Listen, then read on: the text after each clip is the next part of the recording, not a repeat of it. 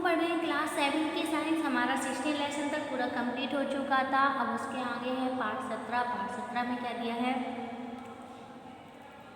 बल एवं दाब। बल एवं दाब क्या होता है देखेंगे। इसमें हम कुछ हेडिंग को पढ़ेंगे, उन जिन हेडिंग को हमें इस पूरे लेसन में पढ़ना है। कह रहे हैं बल, बल के प्रभाव, बल के प्रकार, ठीक है, घर्षण बल का उपयोग एवं हानियाँ। तीसरी हेडिंग पढ़ेंगे मशीन, सरल मशीनों के प्रकार एवं उपयोगिता। अगली हेडिंग हमें दी गई है मशीनों की देखभाल एवं रख रखाव। तो ये कुछ हेडिंग है जिनको हम इस पूरे लेसन में पढ़ेंगे। कह रहे हैं पिछली कक्षा में आपने गति का अध्ययन किया है। पिछली कक्षा में आपने गति का अध्ययन किया है। आपने यह अनुभव किया होगा कि जमीन या नत समतल, कह रहे हैं नत समतल से लुढ़कती हुई गेंद या किसी गतिशील वस्तु की गति थोड़ी देर बाद परिवर्तित या धीमी या तेज हो जाती है। कभी कभी गति की दिशा भी बदल जाती है। क्या आपने सोचा कि गतिशील वस्तु धीमी या तेज कैसे हो जाती है अथवा अपनी गति की दिशा कैसे बदल लेती है? यह सब किसी बाह्य कारक या प्रयास द्वारा संभव होता है। कह रहे हैं कि यह सब किसी बाह्य कारक या प्रयास द्वारा संभव होता है।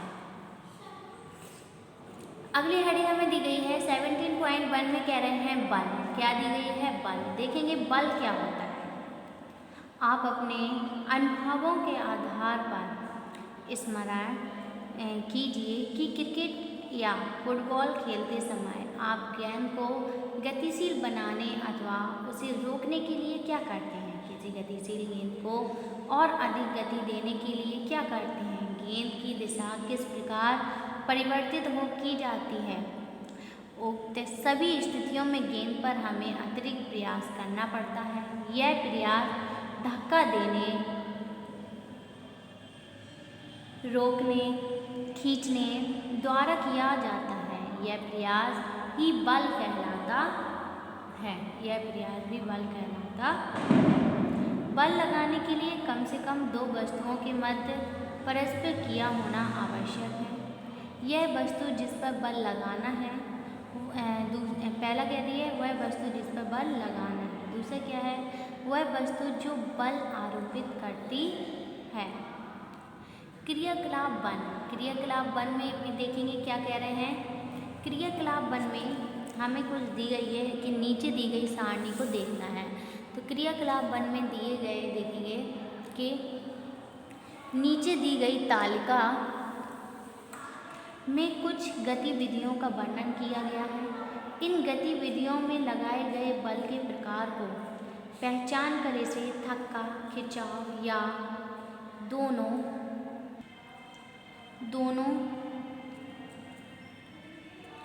क्या कह रहे हैं? दोनों में विभेद करते हुए तालिका 17.1 पूरी करें।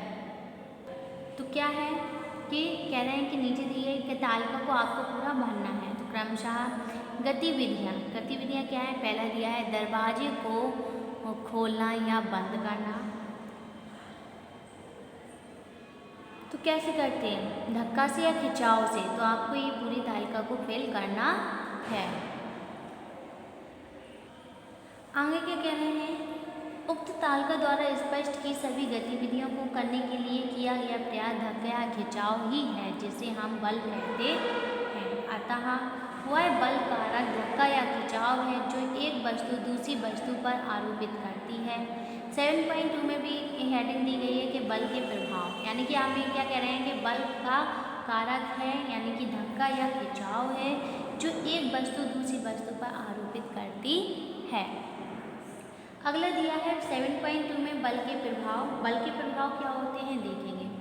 जब आप स्थिर गेंद पर हॉकी या छड़ी द्वारा बल लगाते हैं तो क्या होता है? गेंद गतिमान हो जाती है। गोलकीपर गोल के ओर आती हुई फुटबॉल को किस प्रकार रोकता है? गोलकीपर जो होता है वो फुटबॉल को आती हुई फुटबॉल को किस प्रकार रोकता है? तो देखेंगे गेंद को गोल में जाने से रोकने के लिए वह हाथ द्वारा रोकने का प्रयास करता है। उचित मात्रा में बल लगाने से गति करती हुई गेंद रुक जाती है। बल लगाकर गति करती हुई गति करती वस्तु की चाल कम भी कर सकते हैं। साइकिल के पैडल पर जब आप पैर से धक्का देते हैं तो साइकिल गतिमान हो जाती है। इसी प्रकार आप यह भी देखते हैं कि साइकिल के पैडल को अधिक धक्का देने पर साइकिल की चाल अधिक तथा कम धक्का देने पर चाल कम हो जाती है। इससे क्या निष्कर्ष निकलता है? इससे क्या निष्कर्ष निकलता है कि बल लगाकर किसी स्थिर वस्तु को गतिमान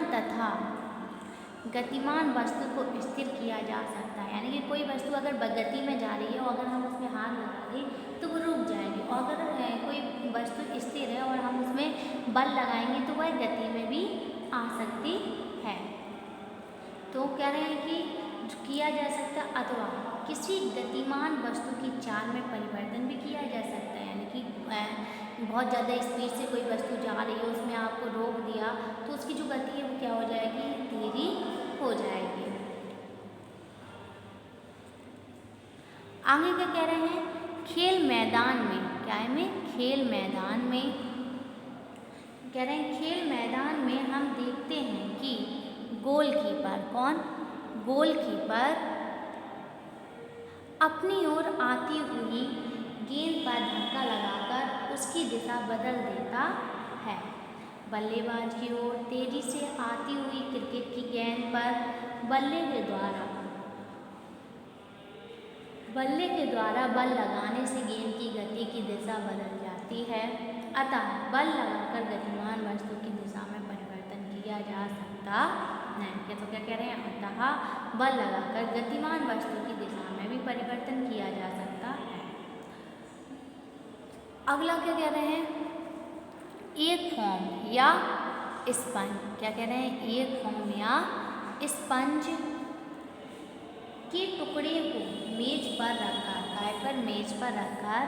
अपने हाथ से दबाएं।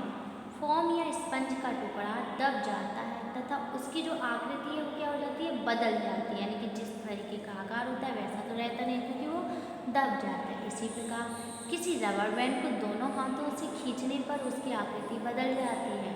इससे यह निष्कर्ष निकलता है कि बल द्वारा किसी वस्तु की आकृति और आकार में परिवर्तन किया जा सकता है। बल के प्रकार क्या हैं देखेंगे? बल के प्रकार 17.3 में दिया है बल के प्रकार। तो बल के प्रकार क्या है? चित्र 17.3 में आम एवं बाम को देखकर विचार कीजिए कि टूथपेस्ट की ट्यूब को दबाने पर टूथपेस्ट बाहर क्यों निकलता है? टूथपेस्ट बाहर क्यों निकलता है? तथा चुंबक के निकट, क्या कह रहे हैं? तथा चुंबक के निकट अलग अलग स्थान पर, कह रहे हैं तथा चुंबक के निकट अलग अलग स्थान पर चुंबकीय सुई को रखने पर इसमें विक्षेप क्यों होता है? चुंबकीय सुई को रखने पर इसमें विक्षेप क्यों होता है? तो देखेंगे क्यों होता है कि चुंबक के निकट अलग अलग स्थान पर चुंबकीय सुई को रखने पर उसमें विक्षेपण क्यों होता है? क्यों होता है देखते हैं।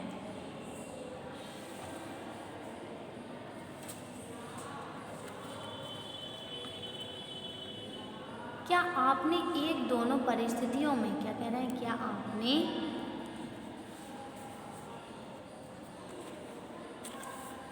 कह रहे हैं क्या आपने उक्त दोनों परिस्थितियों या स्थितियों में आरोपित बलों में अंतर को देखा है? देखा। टूथपेस्ट, कह रहे हैं टूथपेस्ट की ट्यूब को हाथ से दबाने पर बल लगाने पर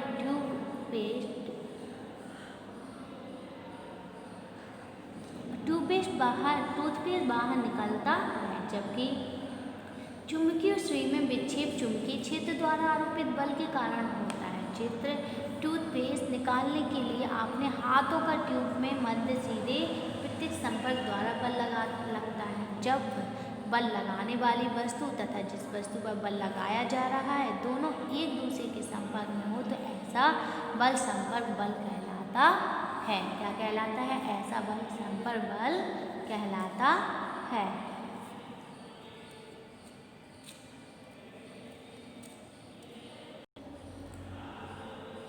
क्या कह रहे हैं, ऐसा बल जो होता है वो संपर्क बल कहलाता है।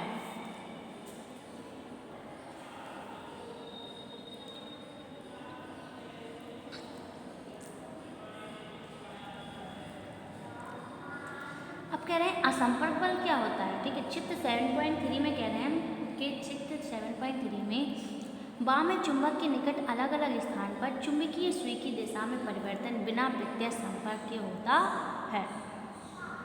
जब किसी वस्तु पर बल लगाया जा रहा हो और वह वस्तु बल लगाने वाली वस्तु के संपर्क में ना हो तो ऐसा बल असंपर्क बल कहलाता है। ऐसा बल क्या कहलाता, असंपर्क बल कहलाता है।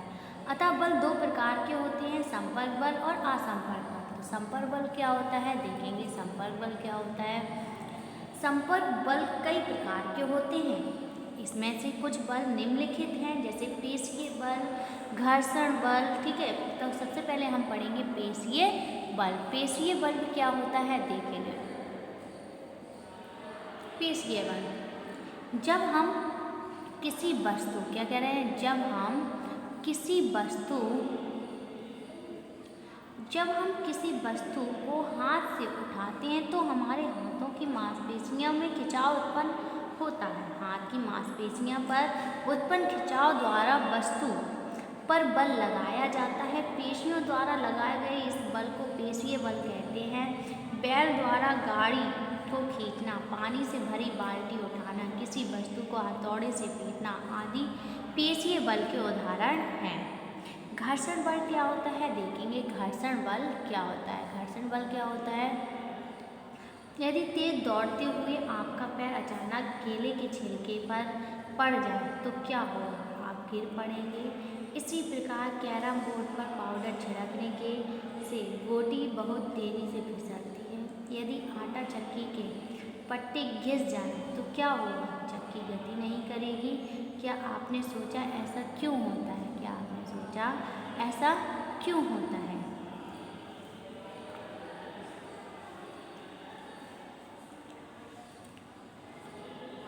कह रहे हैं क्या आपने सोचा ऐसा क्यों होता है। यदि हम, क्या कह रहे हैं, यदि हम पैदल चल रहे हों और अचानक केले का छिलका हमारे पैरों के नीचे आ जाए तो हम गिर जाते हैं, क्योंकि केले के छिलके में चिकनाहट होने के कारण घर्षण बल कम हो जाता है। इसी प्रकार कैरम बोर्ड पर पाउडर छिड़कने से बोर्ड पर घर्षण बल कम हो जाता है, जिसके फलस्वरूप गोटियाँ तेजी से कैरम बोर्ड पर फिसलती हैं। इसी प्रकार आटा की चक्की के पट्टे घिसने पर घर्षण बल कम होने के कारण चक्की गति नहीं करती है। अब क्रियाकलाप 2 में कह रहे हैं एक पुस्तक लें, पुस्तक को मेज की सतह पर सरका कर छोड़ दें, क्या होता है। कह रहे हैं एक पुस्तक लें, पुस्तक को मेज की सतह पर सरका कर छोड़ दें, क्या होता है। अब कह रहे हैं पुस्तक मेज पर थोड़ी दूर जाकर रुक जाती है। चित्र 17.4 पर आप जानते हैं बात दिया गया है कि किसी गतिशील वस्तु को रोकने के लिए गति के विपरीत दिशा में बल लगाने की आवश्यकता होती है। क्या पुस्तक को रोकने में किसी बल का प्रयोग हुआ है। हाँ हुआ है, जो टेबल का बल है उसका प्रयोग हुआ है। तो जब पुस्तक मेज की सतह पर सरकती है तो उसके संपर्क तल पर उसकी गति को विरोध करने वाला एक बल लगता है। इस बल को हम घर्षण बल या घर्षण कहते हैं। यह वस्तु को और सतह के बीच रगड़ द्वारा उत्पन्न बल है जो उनके बीच सापेक्ष गति का विरोध करता है। अतः किन्हीं दो सतह, कह रहे किन्हीं दो सतह के संपर्क तलों के बीच सापेक्ष गति का विरोध करने वाले बल को घर्षण बल कहते हैं। असंपर्क बल क्या होता है। असंपर्क बल भी कई प्रकार के होते हैं, इसमें से कुछ बल निम्नलिखित हैं। क्या है, पहला दी गई है गुरुत्वीय बल। गुरुत्वीय बल क्या होता है देखेंगे। गुरुत्वीय बल पृथ्वी प्रत्येक वस्तु को अपने केंद्र की ओर आकर्षित करती है। पृथ्वी के इस आकर्षण बल को गुरुत्वीय बल कहते हैं। सभी वस्तुओं पर गुरुत्वीय बल कार्य करता है। गुरुत्वीय बल के लिए वस्तु एवं पृथ्वी के बीच प्रत्यक्ष संपर्क होना आवश्यक नहीं है। दूसरा दिया है चुंबकीय बल। चुंबकीय बल क्या होता है देखेंगे।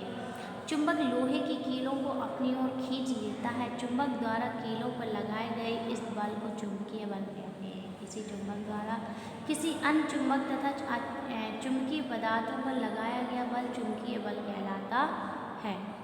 विद्युतीय बल क्या होता है? विद्युतीय बल प्लास्टिक के पैमाने स्केल को सूखे बालों अथवा कागज में रगड़कर कागज के छोटे छोटे टुकड़ों के पास ले जाएं। क्या देखते हैं? कागज के टुकड़े प्लास्टिक को स्केल की ओर आकर्षित होने लगते हैं। क्यों ऐसा? विद्युतीय बल लगने के कारण होता है। 17.4 देखेंगे क्या दी गई है। हेडिंग 17.4 में कह रहे हैं कि घर्षण बल की दैनिक जीवन में उपयोग एवं हानियाँ, यानी कि घर्षण बल की जो दैनिक जीवन है उसमें क्या उपयोग है और उससे कुछ हानियाँ भी हो सकती हैं, वो भी देखेंगे। तो कभी कभी कह रहे हैं घनों में स्नान घर में चिकनी फर्श या रबड़ की चप्पल पहन कर चलने से फिसल कर गिर जाते हैं। ठीक है, तो क्योंकि उसका जो घर्षण बल है वो क्या हो जाता है? कम हो जाता है, इसलिए चप्पल क्या हो जाती है? फिसल जाती है और हम लोग गिर पड़ते हैं, जिसके कारण हमें चोट भी लग सकती है। आपने देखा होगा कि बर्फ़ की सतह चिकनी होती है, फलस्वरूप बर्फ़ की सतह पर घर्षण बल कम होता है, अतः उस पर हम साधारणतः चल और दौड़ नहीं सकते हैं। घर्षण बल के कारण ही लोगों का चलना, दौड़ना, उठना, बैठना आदि क्रियाएं संभव होती हैं। पेंसिल तथा कागज के बीच घर्षण बल के कारण ही लिखना संभव हो पाता है। माचिस की तीली को जब माचिस की सतह पर रगड़ा जाता है तो घर्षण बल के कारण ही वह जलती है। मोटर कार, बस तथा अन्य वाहनों के पहियों तथा सड़क की सतह के मध्य घर्षण बल लगने के कारण ही उनका चलना संभव हो पाता है। अब कह रहे हैं दांतीदार आरी तथा लकड़ी के बीच घर्षण बल के द्वारा ही लकड़ी को काटकर विभिन्न आकृतियाँ बनाते हैं। अगली क्या हेडिंग दी गई है देखेंगे क्या दी गई है। घर्षण बल से हानि। घर्षण बल से हानि, तो घर्षण बल से हानि क्या है? घर्षण बल के कारण वाहनों के पहियों के टायर घिस जाते हैं। जमीन तथा जूते के बीच घर्षण के कारण जूते का तलवा घिसकर टूट जाता है। ठीक है,